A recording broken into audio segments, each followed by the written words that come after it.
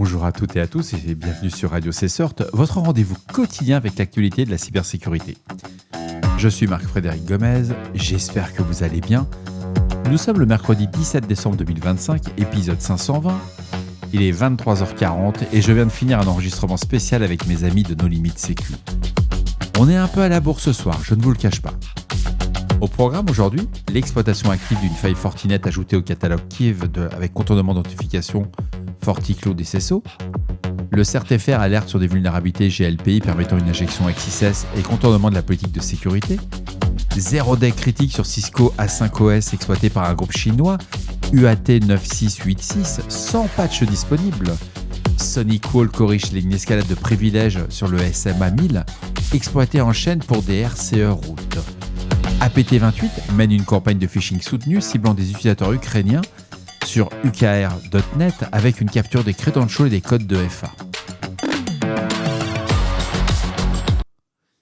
La CISA ajoute la CVE 2025 59718 à son catalogue Kiev du 16 décembre. La faille affecte FortiOS, FortiSwitchMaster, FortiProxy et FortiWeb. Il s'agit d'une vérification incorrecte de signature cryptographique dans l'authentification SAML, FortiCloud SSO. Un attaquant non authentifié peut contourner l'authentification via un message SAML forgé, un score CVSS qui n'a pas été communiqué, l'exploitation est active et est confirmée par la CISA, et la CVE 2025 59719 couvre le même problème sous-jacent dans l'advisory de Fortinet.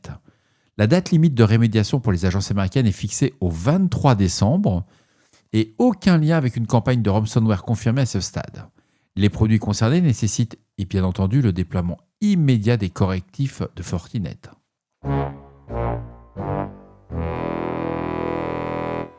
Le CERT-FR a publié l'avis CERT-FR 2025 AVI 1117 qui concerne GLPI. Deux vulnérabilités identifiées, la CVE 2025 59935 et la CVE 2025 64520. Les versions affectées, c'est GPL 9.1.0 antérieure à la 10.0.21. Les risques, c'est de l'injection XSS, du contournement de la politique de sécurité. Bien entendu, il y a des correctifs qui sont disponibles via GitHub. Ce sont les advisories GHSA62, P9, PRPQ, J62Q. Et bien si avec ça on y arrive. Et le GHSAJ8, VV9F8MR7JX publié le 16 décembre. Et ils ne peuvent pas faire simple juste à me dire qu'il y a un patch correctif. Bref. Cisco a signalé la CVE 2025 20393, c'est une zero day critique dans A5OS. Ça affecte Secure Email Gateway et Secure Email on Web Manager avec du spam quarantine exposé sur Internet. Les configurations dans le standard sont requises, une exploitation active depuis fin novembre par le groupe chinois UAT 9686 avec un déploiement de backdoor AquaShell, des tunnels AquaTunnel et des ShyCell outils de AquaPurge. On a déjà parlé sur Radio CSORT, il n'y a rien de nouveau. C'est juste le fait que maintenant Cisco commence à communiquer sur cette faille. Il y a des liens avec UNC 5174 et APT41, ce qui est beaucoup plus, anxiogène. Aucun patch n'est disponible. Alors Cisco recommande une restriction d'accès, une segmentation du réseau, une désactivation de services non essentiels et l'authentification renforcée SAML ou LDAP. Il faut penser à reconstruire les appliances compromises qui constitue actuellement la seule option d'éradication. En un mot, vous devez repartir de zéro. SonicWall corrige la CVE 2025 40602. Ce jour, le 17 décembre, une escalade de privilèges locales dans l'Appliance Management Console de SMA 1000 s'est exploitée en chaîne avec la CVE 2025 23006. Donc on parle bien de la CVE 2025 40602. On rajoute la CVE 2025 23006 et ça va vous permettre une désérialisation critique avec un score CVSS de 9.8.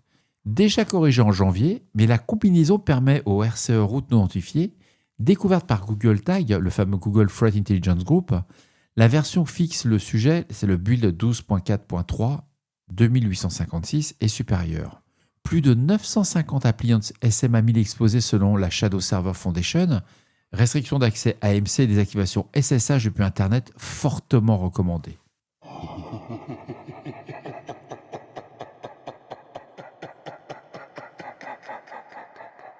APT28 mène une campagne de phishing soutenue contre des utilisateurs ukrainiens, c'est sur le domaine ukr.net, Et entre juin 2024 et avril 2025, on voit qu'il y a des pages de login de ukr.net hébergées sur Moki, distribuées via des PDF dans des emails de phishing. On trouve des liens raccourcis. Alors, il y a certaines redirections qui vont vers des domaines de blogueurs. Il y a des captures de credentials, de code 2FA, des utilisations de services proxy. C'est bien fait. C'est une opération du GRU qui cible intelligemment la collecte de credentials ukrainiens, vraiment dans le contexte du conflit. C'est de la pure géopolitique, c'est de la CTI à un bon niveau. C'est à lire, ça ne donne pas toutes les infos, vous aurez besoin de vous appuyer sur d'autres sources. Mais j'ai retenu cet article sur le fait que on voit que malgré qu'il y a la guerre militaire, la guerre cyber, cette fameuse guerre hybride, elle existe.